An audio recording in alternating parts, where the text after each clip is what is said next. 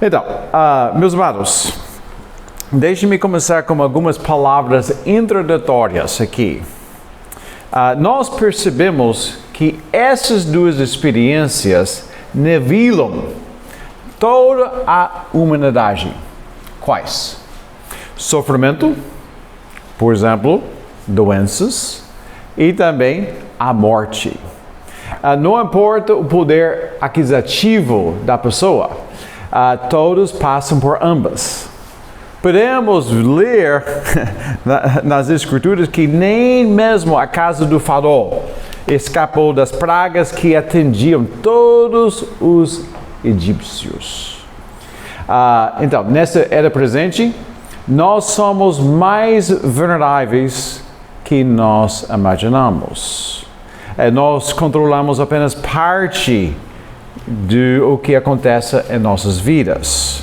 Sem dúvida, nós devemos praticar a prudência e também nós devemos aproveitar medidas preventivas para reduzir os riscos. Por exemplo, hoje pela manhã eu escovei meus dentes antes de vir para cá. Vocês estão bem contentes que eu fiz isso, né?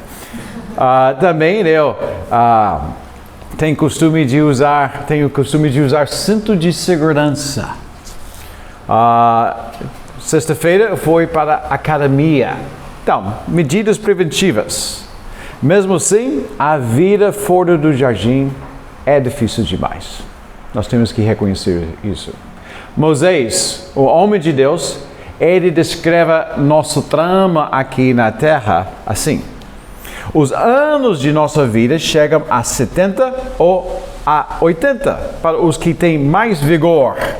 Entretanto, são anos difíceis e cheios de sofrimento, pois a vida passa depressa e nós voamos. Complicando ainda mais a nossa situação, nós temos uma inclinação inata de fazer o mal. Nós já ouvimos isso hoje.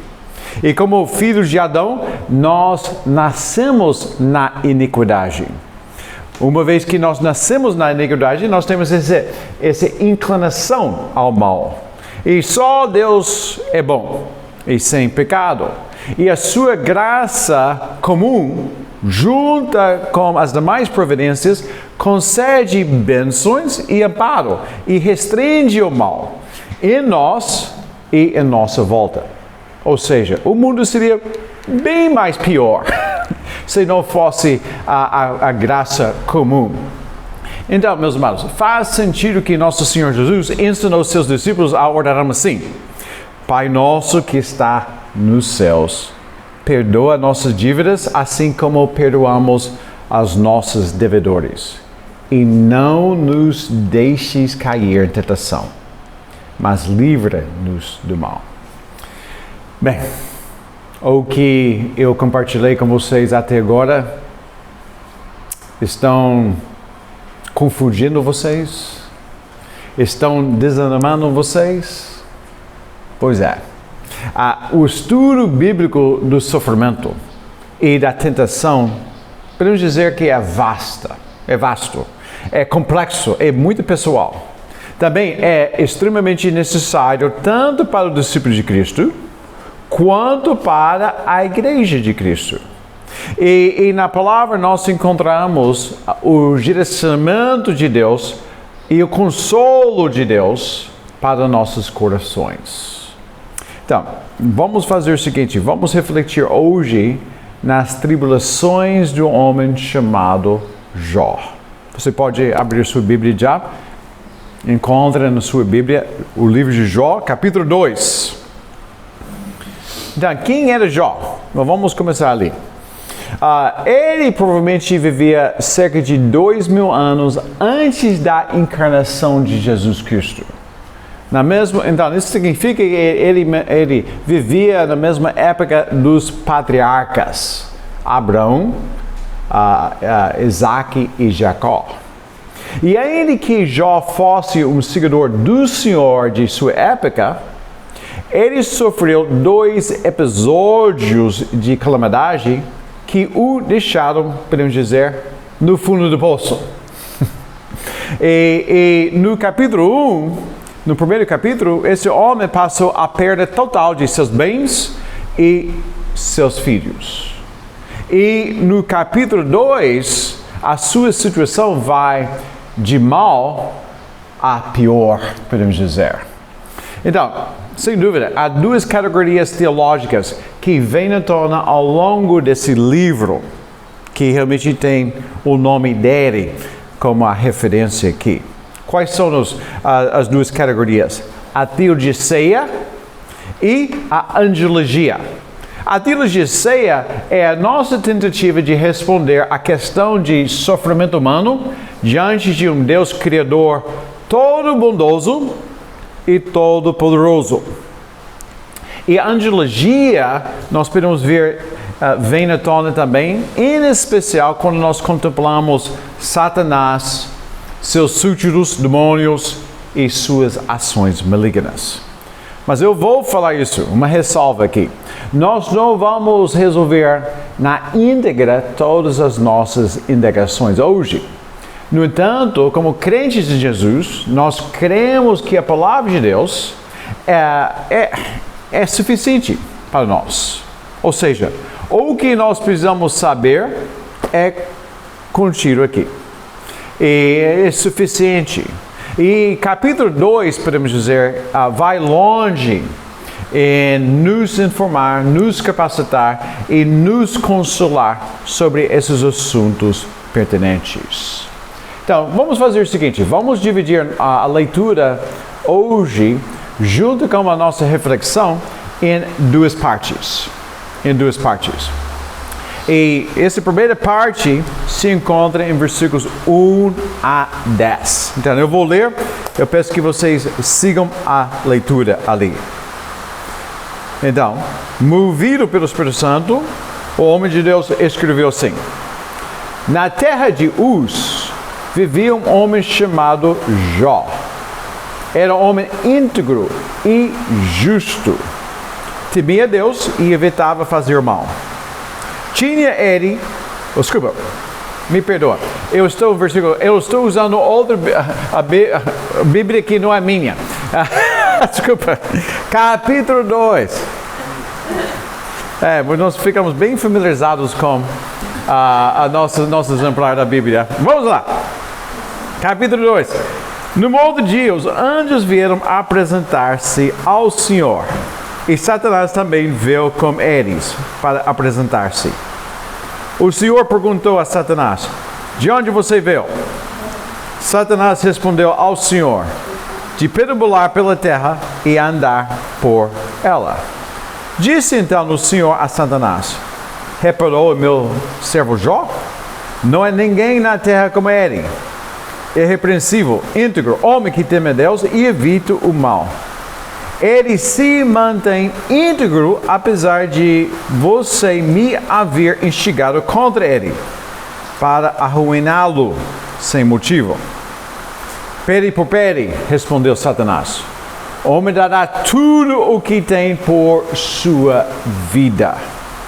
Estende a tua mão e fede a sua carne e seus ossos, e com certeza ele te amaldiçoará na tua face.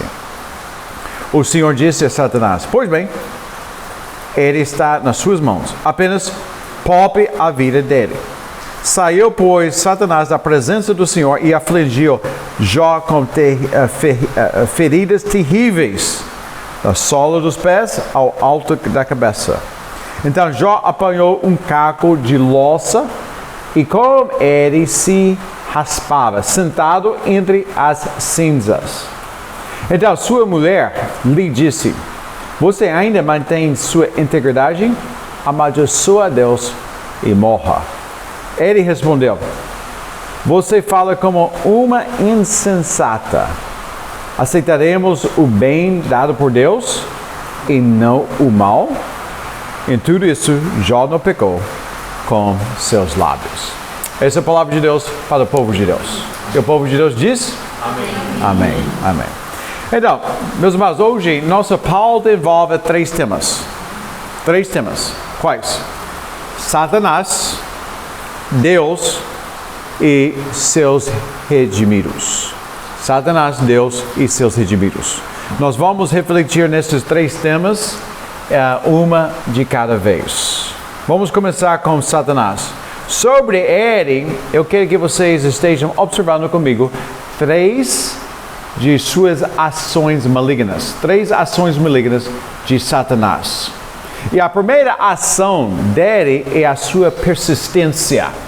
A sua persistência em acusar os redimidos, os salvos em Cristo, e tentar minar os planos de Deus. O próprio nome Satanás significa acusador. E a visão de João em Apocalipse resume muito bem a pessoa desse inimigo nosso, a seus nomes e alguns de seus objetivos malignos na história e na atualidade.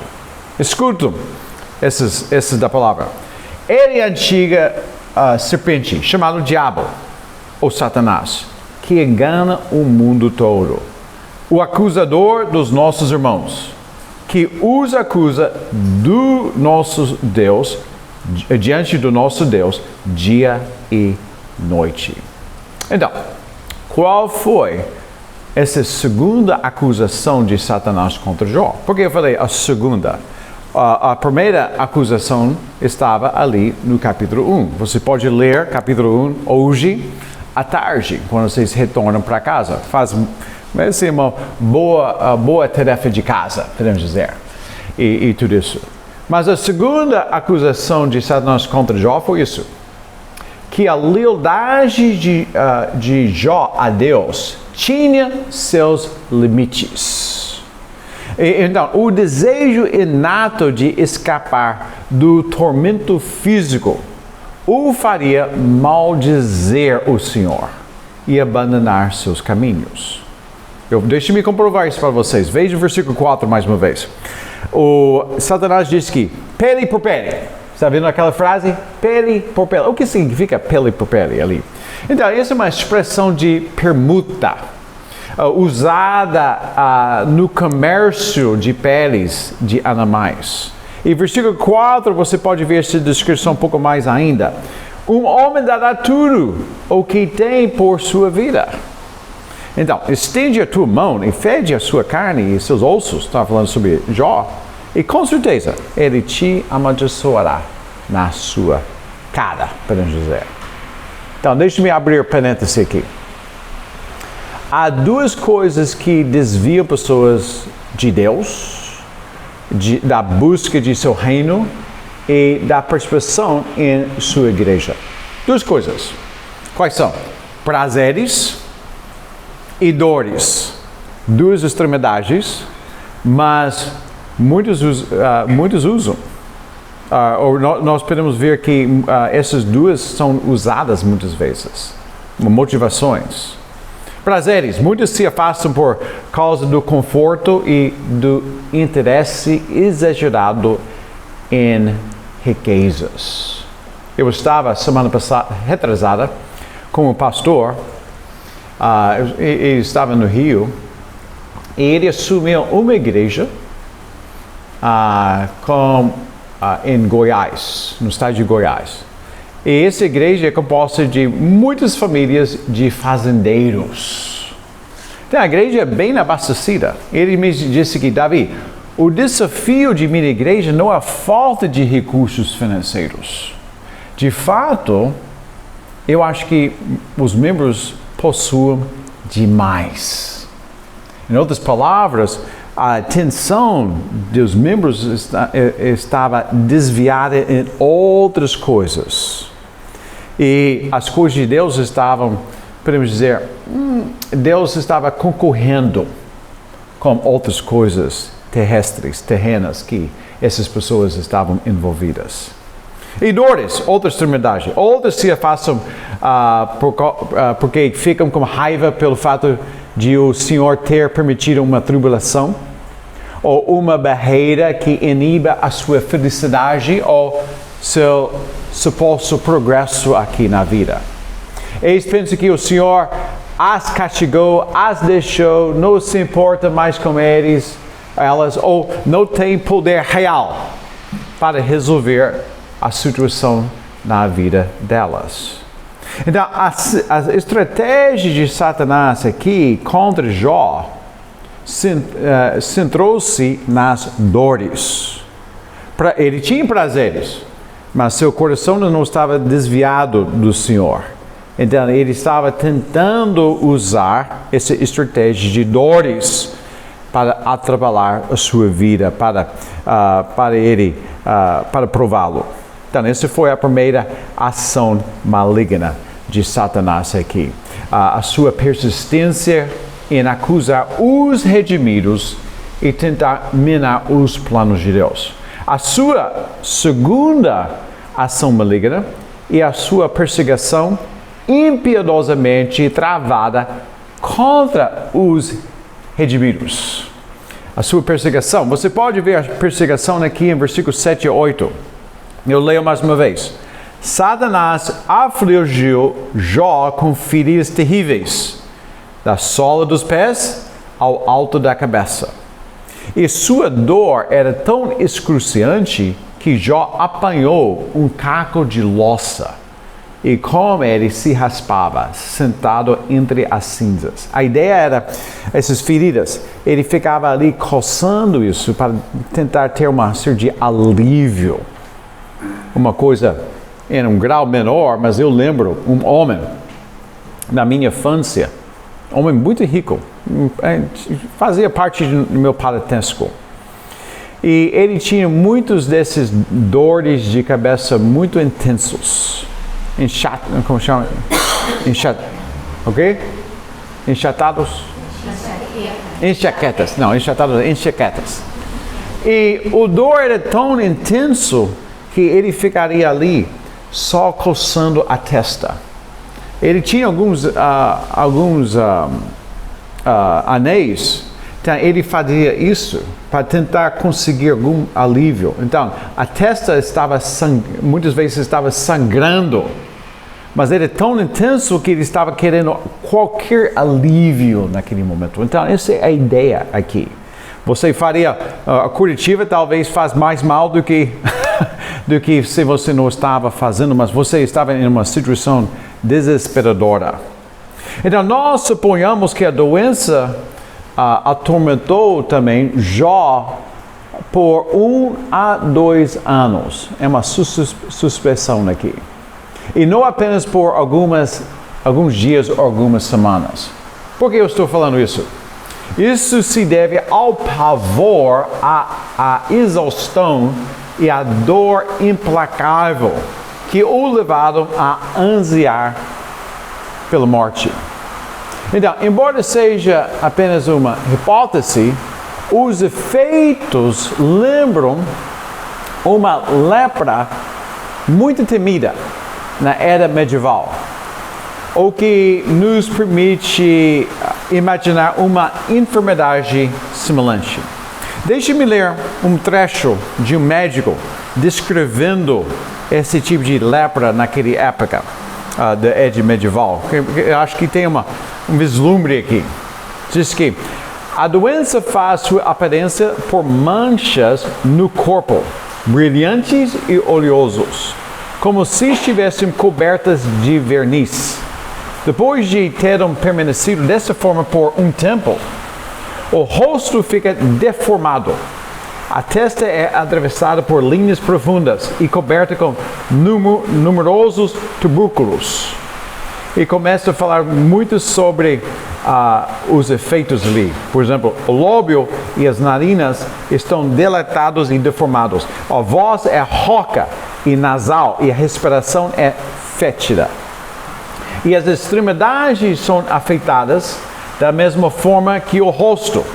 Por exemplo, a cavidade do pé é inchada, de modo que a sola se torna plana. E a sensibilidade da pele é muito prejudicada. E nas mãos e nos pés, muitas vezes totalmente perdida. As articulações dos dedos dos pés oscilam e caem uma após outra. Fedor insuportável exala de todo o corpo. continuando aqui, falando aqui. O doente evita a visão dos saudáveis porque sente o objeto de nojo que ele é para outros. A vida se torna um fardo repugnante para ele.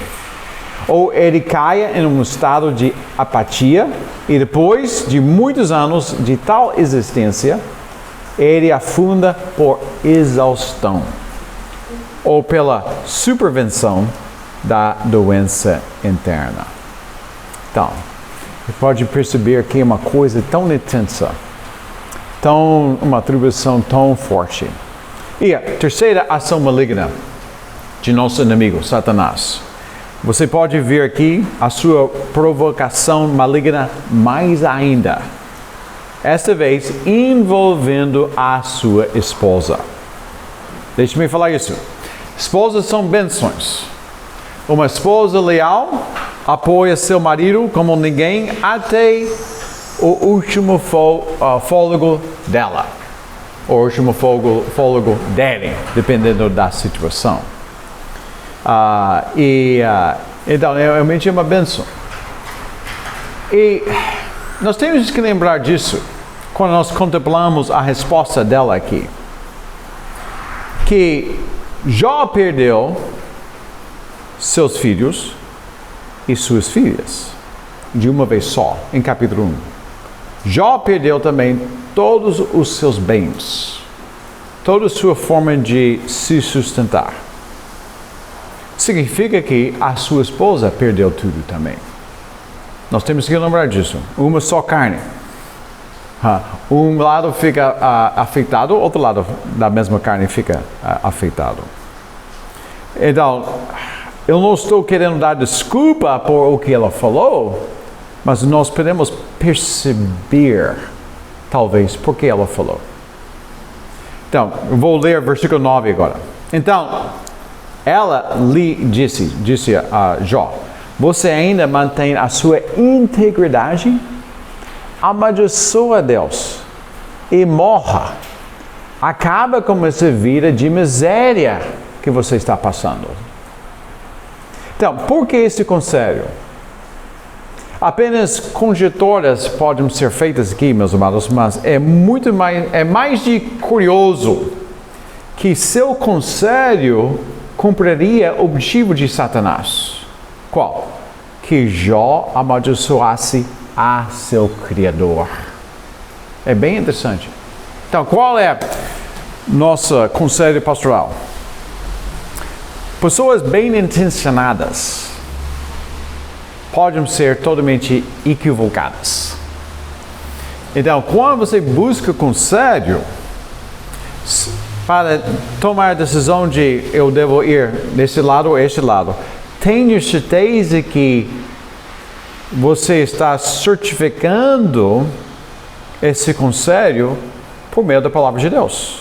A palavra de Deus precisa julgar todos os nossos credos, opiniões humanas, podemos dizer. E até pessoas piedosas, muitas vezes, podem dar-nos conselhos ímpios. Então, nós temos que ter cuidado com isso. Então, vamos continuar aqui. Segundo tópico, vamos contemplar sobre Deus agora. 3 realidades sobre Deus podemos observar aqui na Terra. Então, primeira observação, a primeira realidade é que Ele é todo poderoso.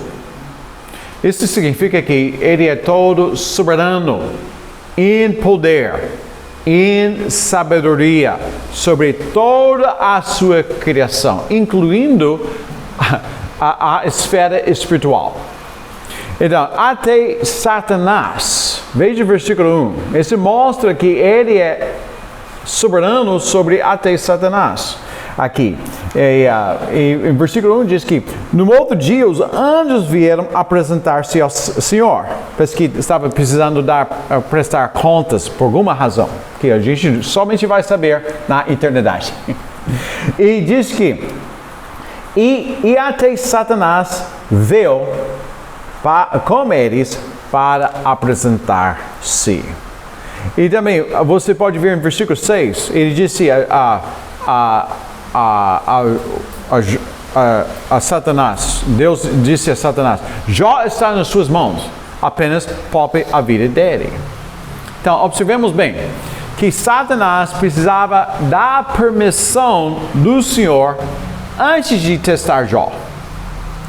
Significa que ele não é tão autônomo nem igual ao nosso Deus. Amém? Amém.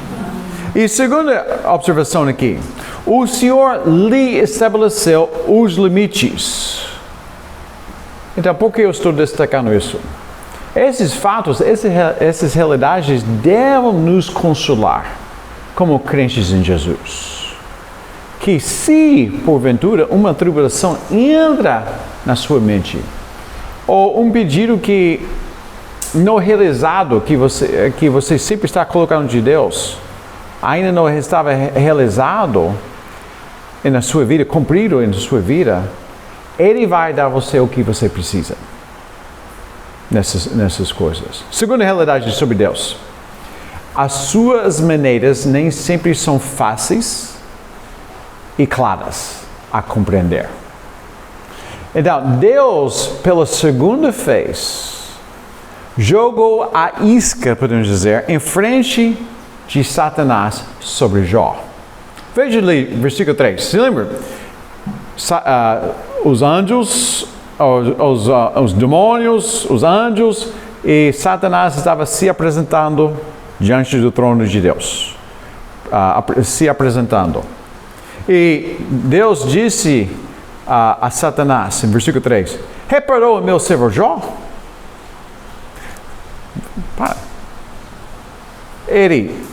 Parece que Deus começou esse assunto sobre Satanás.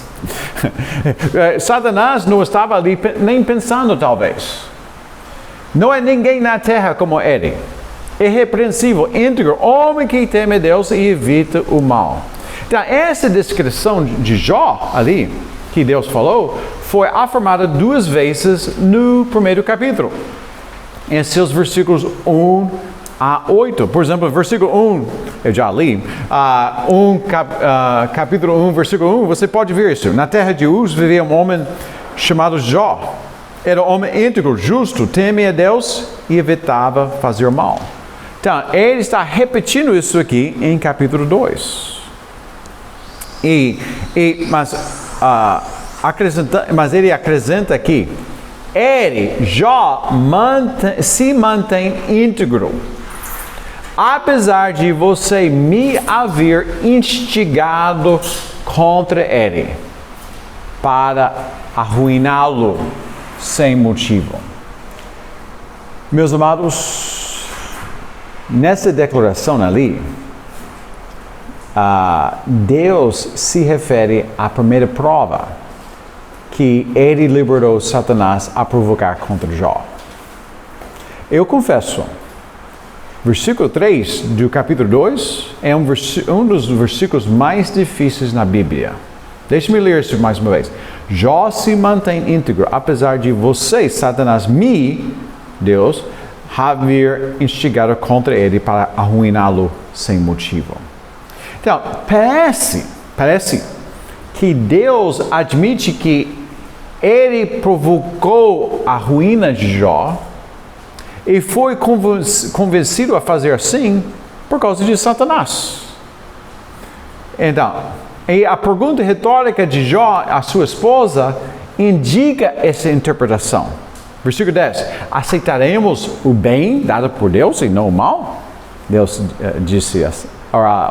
Jó disse sobre Deus.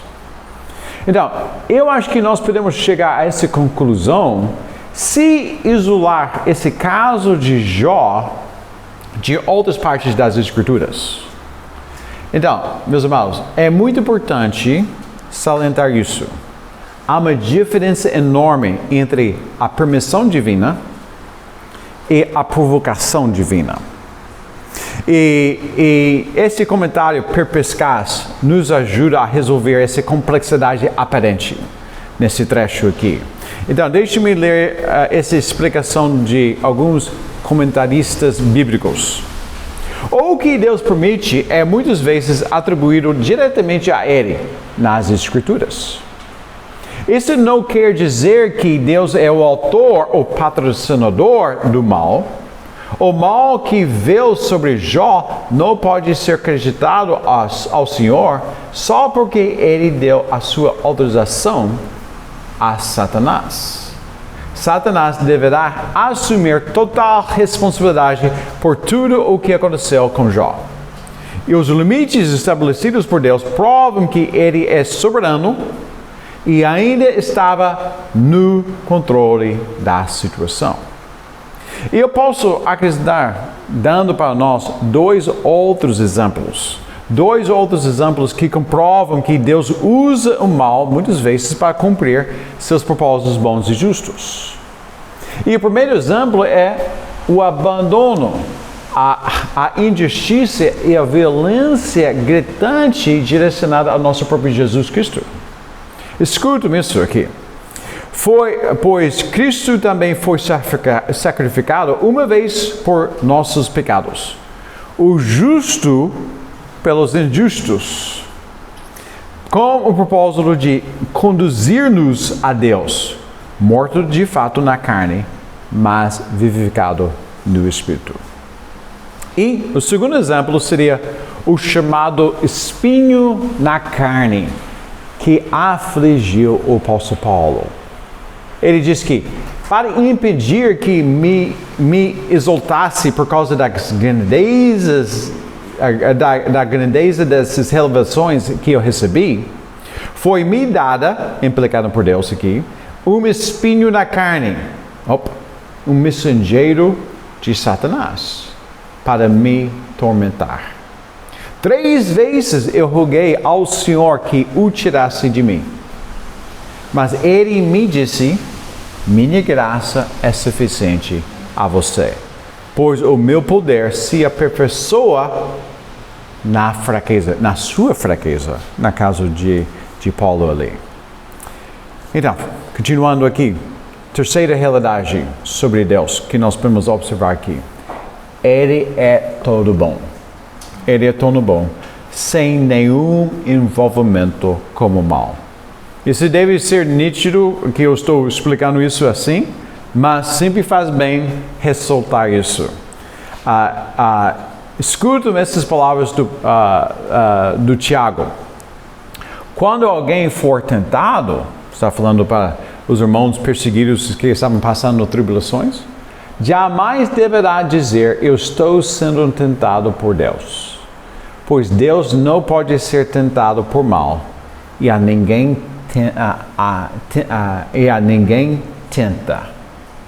Então, uma boa síntese sobre esta vem de uma confissão de fé de Westminster. É uma confissão de fé bem notável do século XVII. Deixe-me ler um trecho sobre Deus aqui. Há um só Deus, vivo e verdadeiro, o qual é infinito em seu ser e perfeições. É cheio de amor e gracioso, misericordioso, longânimo, muito bondoso e verdadeiro galardoador dos que o buscam. E, contudo, justíssimo e terrível em seus juízos, pois odeia todo o pecado, de modo algum terá por inocente o culpado. Então, se lembram, 3 temas: Satanás, Deus e agora, nossa vez. Os redimidos em Cristo, os salvos, os que realmente o Espírito de Deus abriu os olhos e nós reconhecemos Cristo como nosso Senhor e nosso Salvador. Os redimidos em Cristo Jesus. 3 certezas que nós podemos observar aqui. Primeira certeza: todos vão sofrer e vão passar por tentações. Todos vão sofrer e todos vão passar por tentações. Nós percebemos que Jó passou pelas 2 tribulações tremendas que ele jamais escolheria. Então, mais uma vez, ele perdeu seus bens, seus filhos e sua saúde. Tem tudo a ver com sofrimento. Além disso, ele foi tentado 2 vezes a amaldiçoar a Deus. Então, tentações são distintas, mas fazem parte da vida aqui. Eu sei onde eu estou, então deixe-me mencionar isso, porque nós estamos pensando sobre todos vão sofrer e vão passar por tentações. Ao contrário da opinião popular de certas igrejas, certas denominadas igrejas, e seus programas de televisão, vamos responder a estas perguntas. Algumas perguntas retóricas aqui, à luz de o que nós lemos aqui. Houve, porventura, algum demônio dentro do interior de Jó, causando tanto derrota na vida dele? Houve? Você acha que um culto de libertação lhe daria a solução de sua miséria e de desgraça? A participação em uma corrente dos 70, por dizer, o curaria de sua enfermidade e desgraça? Mas se ele determinasse a sua vitória, redobrasse suas ofertas e não atrasasse mais seu dízimo, você acha que Deus seria obrigado a reverter a sua situação e retornar a sua prosperidade? Não. Okay, mais uma. Mas se acho que ele podia superar seu cenário por repreender todo o mal e pela oração forte de seus 3 amigos que nós vamos ver aqui em alguns instantes. Então, meus amados, o apóstolo Paulo nos dá essa advertência sobre essas táticas espanosas que têm uma aparência de serem convincentes. Então, escutem essas palavras. Tenham cuidado para que ninguém os escravize às filosofias vãs e enganosas, que se fundamentam nas tradições humanas e nos princípios elementares deste mundo, e não em Cristo. O que significa ali? Nos princípios elementares desse mundo. O capeta, podemos dizer, ok? Eu lhes digo isso para que ninguém os engane com argumentos aparentemente convincentes. Então, essas ideias, essas táticas ressoam muitas vezes. Fazem sentido muitas vezes em nossa cultura religiosa brasileira. Mas como ele falou aqui, eles são argumentos aparentemente convincentes. Tradições humanas baseadas muitas vezes nos princípios elementares desse mundo e não em Cristo. O que está colocado ao lado sempre é Cristo Jesus, nesse sentido. Segunda certeza que nós podemos ter em nossas vidas como redimidos em Cristo. Todos vão preservar nesta vida por meio de Cristo. Os redimidos preservarão nessa vida por meio de Cristo. Meus amados, o Senhor deu a Jó todo necessário para responder tanto ao sofrimento quanto à tentação intensa que ele passava. Então, Deus Pai conhece muito bem seus filhos. Ele sabe suas fraquezas e seus limites. E Ele, por meio de seu Espírito, nos dá as condições para passar por tribulações que Ele permite em nossas vidas. Então, nós reconhecemos, para entender recursos que o Senhor está nos dando, nós reconhecemos que as bênçãos vêm, muitas vezes, por redes familiares e amizades. Graça comum. Graça comum significa que estas são bênçãos disponíveis tanto aos ímpios quanto aos redimidos em Cristo, os salvos em Cristo. Mas relacionamentos centrados no Evangelho e zelo pastoral são dádivas para os discípulos de Cristo em momentos difíceis. Ali nós estamos falando sobre graça especial para os redimidos. Somente os redimidos têm esse acesso. Então, você pode ver, em alguma forma aqui, um vislumbre de graça especial em versículos 11 a 13. Vamos concluir a leitura desse capítulo aqui. 11 a 13, do capítulo 2. Quando 3 amigos de Jó, Elifaz de Temã, Bildade de Suã e Zofor de Namate, souberam de todos os males que o haviam atendido, saíram cada um da sua região. Combinaram encontrar-se para juntos irem mostrar solidariedade a Jó e consolá-lo. Quando o viram à distância, mal puderam reconhecê-lo e começaram a chorar em alta voz. Cada um deles rasgou seu manto e colocou terra sobre a cabeça. Depois os 3 se assentaram no chão com ele durante 7 dias e 7 noites. Ninguém lhe disse uma palavra, pois viam como era grande o seu sofrimento. Então, mais uma vez, meus amados, Deus revela em sua palavra que a igreja é o contexto que Ele pretende para os relacionamentos de apoio e consolo entre os céus. Tem tudo a ver com o que nós chamamos de mutualidade cristã, carregando os fardos uns aos outros. E nós podemos ver como essa mutualidade começou, pelo menos aqui. Eles começaram bem. Eles desviaram desse ideal mais em frente. Mas quais foram? Presença, lamento, oração, solidariedade.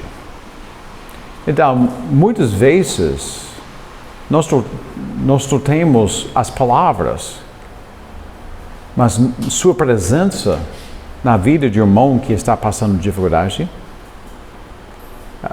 fala volumes, podemos dizer.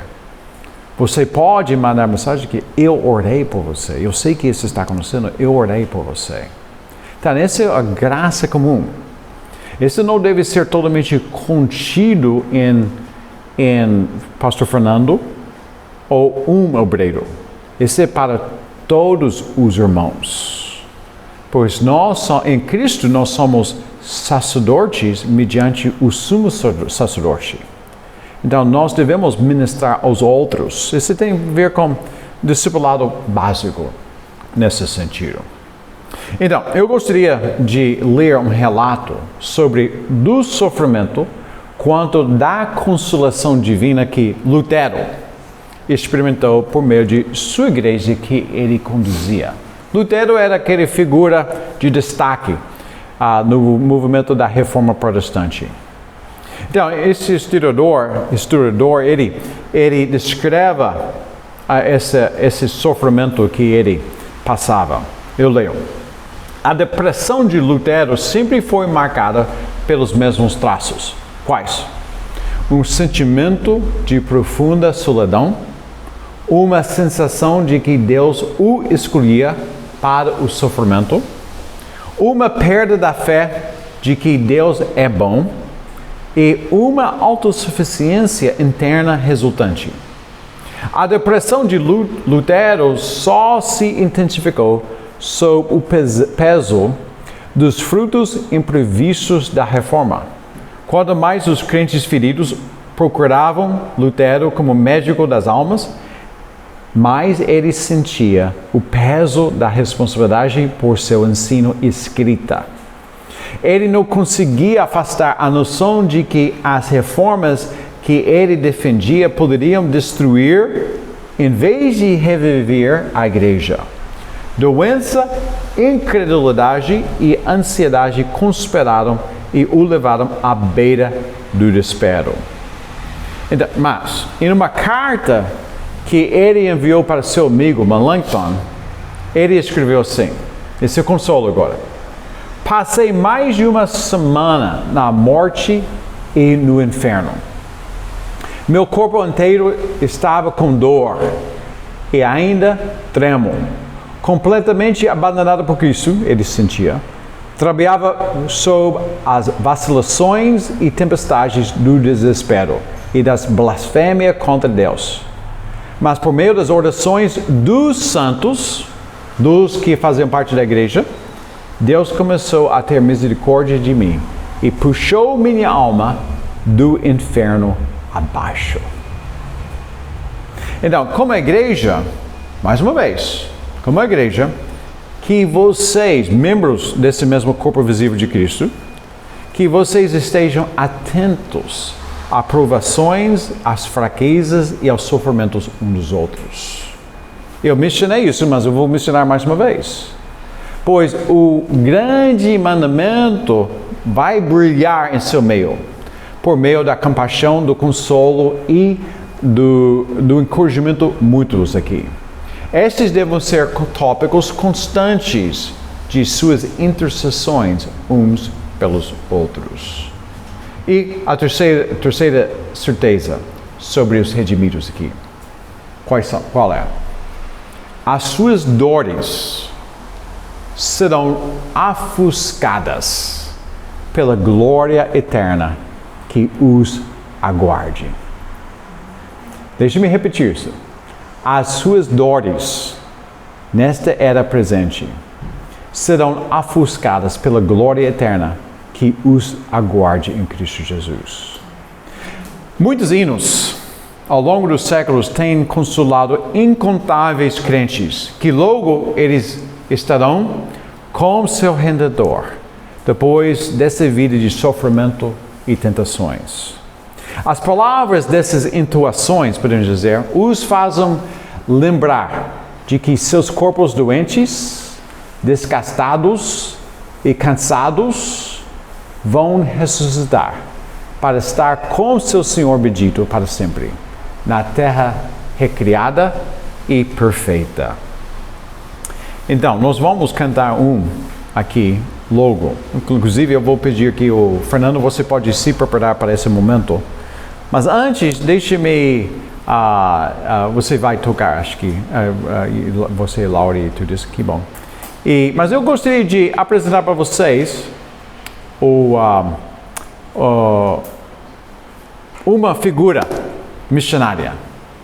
Uma figura missionária que é na história, que ele fazia parte da minha junta de Richmond, dos batistas sulistas. O nome dele era William Edsminger. Alguém aqui já ouviu falar William Edsminger? Então, ele chegou aqui ao Brasil mais ou menos em 1888. Ele plantou e pastoreou igrejas batistas por 40 anos. Ele também é um erudito e serviu como editor da Casa Publicadora por 30 anos. E uma coisa sobre ele era americano, mas ele era super fluente em português, muito mais do que eu. Ele traduziu até 60 hinos. E nós vamos cantar um desses hinos. Acho que vai ser a capela. Eu vejo que o Fernando está estressado. Acho que vai ser a capela. Fica tranquilo com sua alma ali. E nós vamos cantar um hino que ele traduziu, Confiança. Mas eu acho que esse hino tinha uma série de... falava muito para o coração dele, à luz do sofrimento que ele passava. Deixe-me falar um pouquinho sobre as situações difíceis que ele passou. Ele quase morreu de febre amarela, que realmente atingia muitas partes do Brasil no final do século XIX. Mais tarde, ele e sua primeira esposa perderam seus 2 filhos no mesmo momento por causa dessa mesma doença. Tá, ele passou em uma vez, quase morreu, mas depois eles sepultaram seus 2 filhos aqui. Em uma vez só, eles perderam. Em uma carta, ele descreveu um ataque à igreja que ele pastoreava, que resultou na destruição completa do local das reuniões. Deixe-me, essa carta ele escreveu em 1901. Eu leio. Nossa igreja em Niterói acaba de ser destruída por uma terrível perseguição. No último domingo à noite, cerca de 600 pessoas se reuniram em frente ao local de culto durante nossa celebração, armados com pistolas. Bombas de dinamite interromperam o culto e estilhaçam as janelas. Ontem à noite, todas as cadeiras, bíblias, órgãos, lâmpadas, etc., foram empilhados na rua e queimados. As autoridades civis nada fizeram. Vários crentes foram agredidos e um foi muito espancado. Oram por nós, ele disse nessa carta. Também ele, é muito curioso, ele contraiu lepra em 1914. Ele estava, naquela época, ele estava pastoreando a primeira igreja batista do Rio e tinha a cálice comum. E ele tomou a ceia, a cálice, depois de uma mulher que tinha lepra. Então, ele passou 4 anos lidando com esta doença também. Finalmente superou. 4 anos depois, ele sepultou sua primeira esposa, Maggie, aqui, que tinha uma saúde muito debilitada. 8 anos depois, ele morreu. E nós vamos ler, ou nós vamos cantar esse hino, e esse hino, escutam essa última estrofe. Ou enquanto aqui viver, confiança eu é de ter. Quando a vida terminar, lá na glória, irei cantar.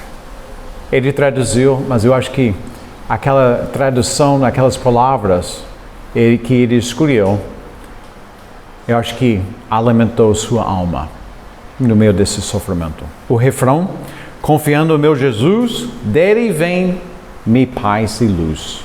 Quando vem a aprovação, ele dá-me a sua mão. Ele dê-me a sua mão por meio de seu Espírito. Lorde, vem aqui e pode nos guiar nesse momento, por favor. E pode ficar em pé, meus irmãos. Vamos. Pega o seu boletim ali, você tem, é uma nova canção para a maioria de vocês, mas vocês conseguem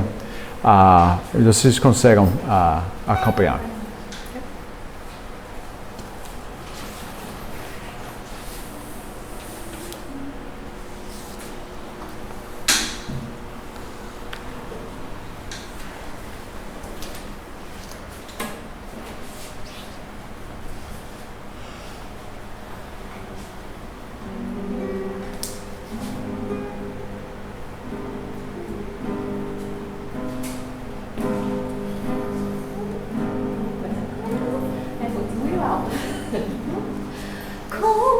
Confiando meu Jesus, Ele vem-me paz e luz. Quando vem a provação, Ele me dá a sua mão. Confiemos nele já, vencedores nos dará.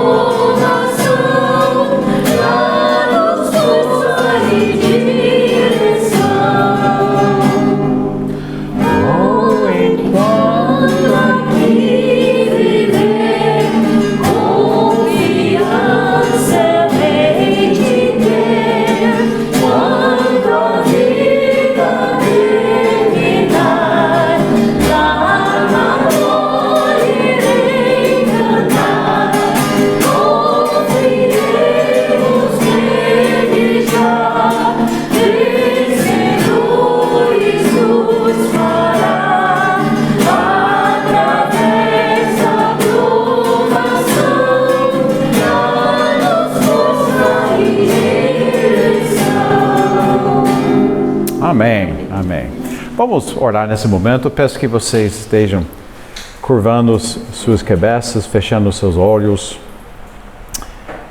Senhor Deus, todo soberano, santo e bendito, nós damos Ti graças, porque em Cristo Jesus nós desfrutamos de Tua bondade pactual e de Seu cuidado paterno. Por meio de Cristo nós fomos adotados como Teus filhos e feitos herdeiros de todas as Suas promessas na palavra. Lembrando de Teu servo Jó hoje, nós confessamos que nós somos pó. Tu conheces nossas dores, enfermidades, medos e angústias.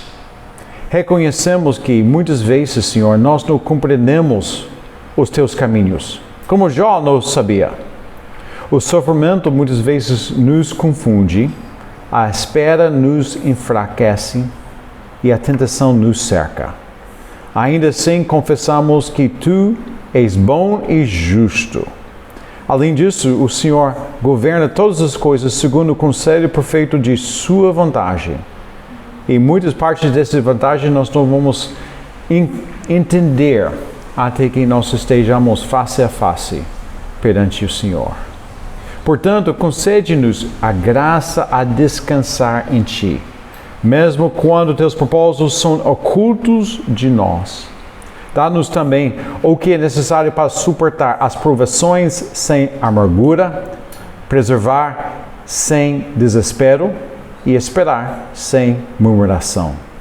Livra-nos do maligno, segundo a Tua promessa. Guarde-nos do pecado no morte do meio da dor. Agradecemos-Te também pela dádiva de Tua igreja, o corpo de Cristo.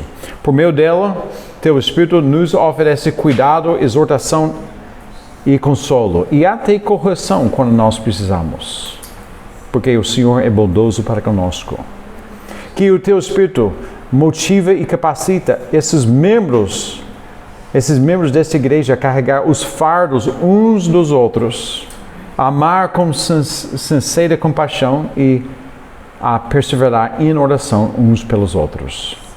Rogamos também por nossos familiares e amigos próximos que ainda permaneçam em cegueira espiritual. Segundo a Tua misericórdia, abre os olhos dessas pessoas queridas para que elas reconheçam seu estado perdido. Concede-lhes o novo nascimento. Chama-as à fé em Cristo e ao arrependimento para contigo. Oramos isso para a glória de Teu nome e também para a exaltação eterna de suas almas. E enquanto aqui vivemos, ensina-nos a caminhar com confiança firme em Cristo Jesus, certos de que quando vem a provação, como nós cantamos, Ele, por meio de Seu Espírito, nos sustenta com a Sua mão bendita. Fixamos nossos olhos nele até o dia em que nossa fé se tornará vista e nosso cântico eterno. É somente em Seu nome e com confiança filial que nós oramos ao Senhor. E o povo diz: Amém. Amém. Deus abençoe a vocês. Pastor Fernando.